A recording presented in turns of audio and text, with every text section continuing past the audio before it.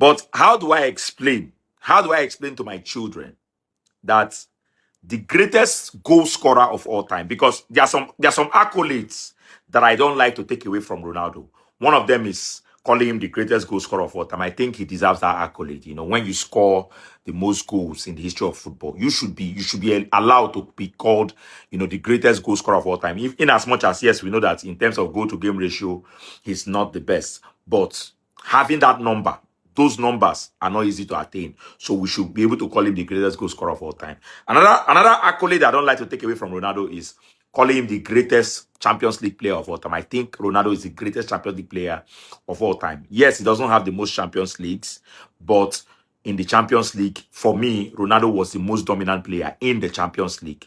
Right? His spell in Real Madrid, his spell in Manchester United, what he did in the Champions League. I don't think there's any other player that has attained such heights. So I like to give him that accolade. If you watch, we don't, when it comes to Champions League, they give Ronaldo a respect.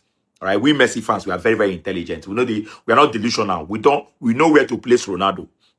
So Champions League, I like to give him his respect there. Greatest goal scorer of all time, I like to give him respect. When it comes to penalties, the greatest penalty taker I have ever seen is Cristiano Ronaldo. He's always prepared to take a penalty, and he's the best at taking penalties. If I have a shot, if they say this penalty to save your life, Messi or Ronaldo, I'll 100 times I'll give it to Ronaldo. I will never give a penalty to Messi to save my life, right? So these are the accolades I like to give to Ronaldo. But how do I explain to my children that the greatest goal scorer of all time played 6 different World Cups, the biggest stage of football?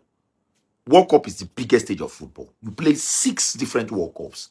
You scored 11 goals. Then there's a boy called Kylian Mbappe, who in one World Cup scored 10. In one World Cup, he scored 10. And if you want to make the argument of, oh, Ronaldo plays for a country that is not really a footballing nation, Portugal is not really a footballing nation. What about Erling Haaland? Erling Haaland has 7 goals in his first ever World Cup. 7 goals for Norway.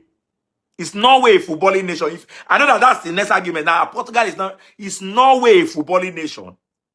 Erling Haaland has 7 goals in his first World Cup. Just 4 behind Ronaldo that played in 6 different World Cups. Come on.